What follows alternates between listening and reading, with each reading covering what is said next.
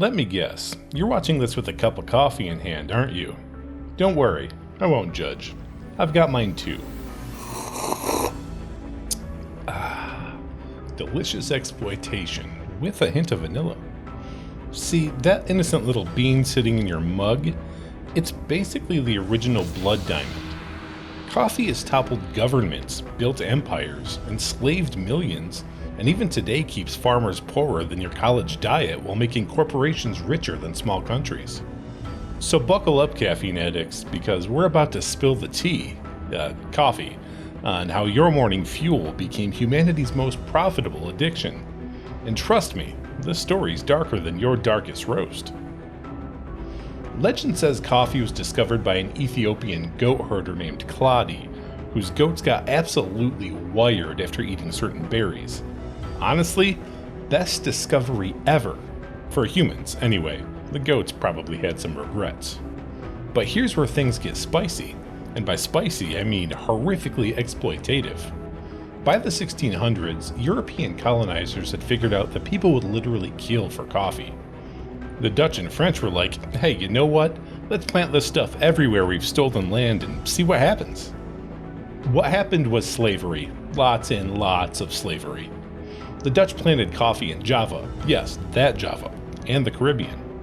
The French did the same in Haiti and other colonies. But Brazil went absolutely nuclear with coffee production. And by nuclear, I mean they imported over 1.5 million enslaved Africans specifically to grow your morning pick-me-up. Picture this. You're ripped from your homeland, shipped across an ocean in conditions that make airplane middle seats look like the peak of luxury, then forced to clear rainforests with hand tools and plant coffee under a blazing sun.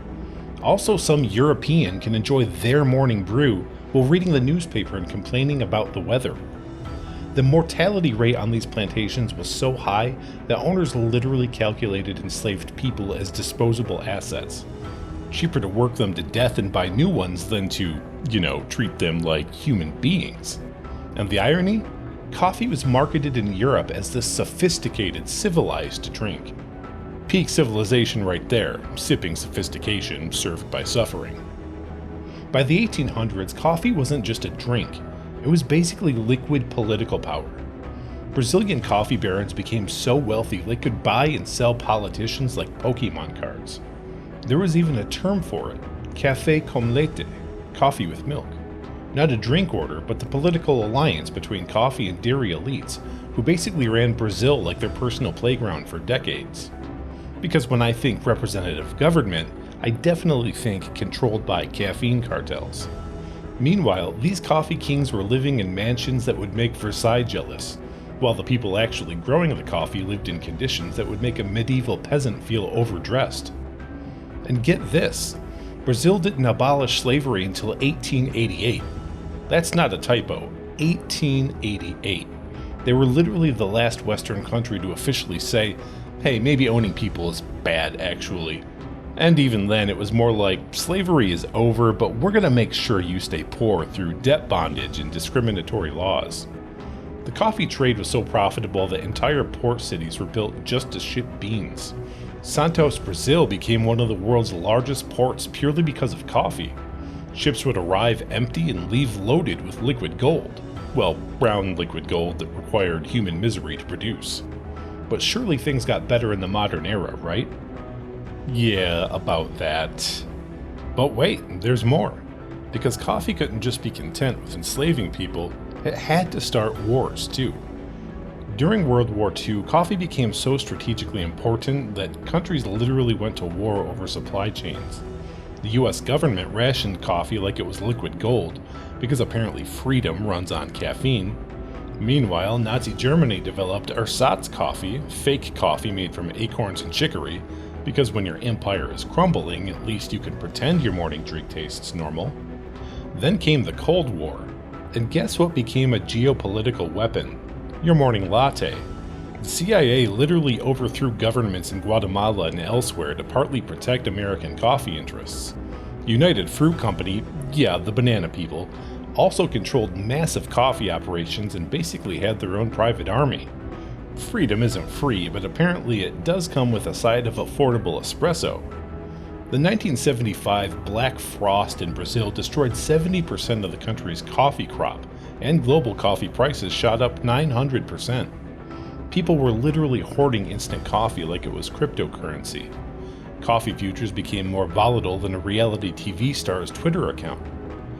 Enter the corporate coffee revolution. Starbucks, founded in 1971, figured out that they could charge $4 for 50 cents worth of coffee by adding fancy Italian names and comfy chairs. Suddenly, coffee wasn't just a drink, it was a lifestyle brand, a third space, a personality trait. I can't function without my coffee became socially acceptable addiction, and corporations were more than happy to enable it. Plot twist: the more things change, the more they stay absolutely terrible. Today's coffee industry is basically the same exploitation with better PR and Instagram-worthy packaging. Those major coffee chains posting billion-dollar profits, they're still built on the backs of farmers who earn less per day than you spend on a single latte. Let me break down this beautiful system for you. A coffee farmer in Ethiopia might earn about 2 to 3 cents per cup of coffee. That $5 Frappuccino you're Instagramming? The person who grew those beans could work all day and still not afford it. Starbucks made over $32 billion in revenue last year. The average coffee farmer makes less than $2 per day. That's not a wage gap, that's a wage Grand Canyon. And child labor, oh, it's still there. Entire families, kids included, work for coffee plantations because adult wages alone can't keep them alive. Because apparently premium coffee experience and child labor go hand in hand like cream and sugar. But don't worry, we have fair trade coffee now, which covers about 3% of global coffee production. That's like putting a band-aid on a severed limb and calling it surgery. The best part? These same companies that exploit farmers spend millions on advertising about ethical sourcing and supporting communities. It's like a pyromaniac running a fire safety campaign. Here's the math that'll ruin your morning. That $5 coffee breaks down to about $4.50 for the coffee shop, 40 cents for processing and transport, and maybe 10 cents for the farmer. The person who did the actual work, growing, picking, processing the beans, gets less than the sales tax. Oh, and here's the plot twist nobody ordered. Climate change is about to completely destroy coffee as we know it. Rising temperatures are making traditional coffee-growing regions uninhabitable for coffee plants. By 2050, experts predict that 50% of current coffee farmland will be unusable. The same global warming partly caused by the industrial systems that coffee helped build is now coming back to bite us in our caffeine-addicted butts. Coffee farmers are already being forced to move to higher altitudes, often onto protected forest land, creating a whole new environmental disaster. It's like a really depressing game of musical chairs, except when the music stops, the entire ecosystem disappears. And the corporations? They're already planning for coffee shortages by developing lab-grown coffee and synthetic alternatives. Ah yes, solving environmental destruction with more laboratory intervention. Truly the circle of corporate life. So we might be looking at a future where your morning coffee is literally made in a test tube by scientists trying to recreate the flavor of a plant we drove extinct through our own greed. Peak human achievement right there. The bitter irony? The same farmers who've been exploited for centuries to grow our coffee are now losing their livelihoods to a climate crisis they didn't create, while the corporations prepare to profit from synthetic replacements. So here we are, full circle with our coffee cups. Every sip connects us to a chain of exploitation that stretches back centuries and continues today. Look, I'm not telling you to quit coffee.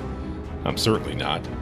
But maybe, just maybe, we can acknowledge that our morning ritual is built on one of history's most profitable systems of human exploitation.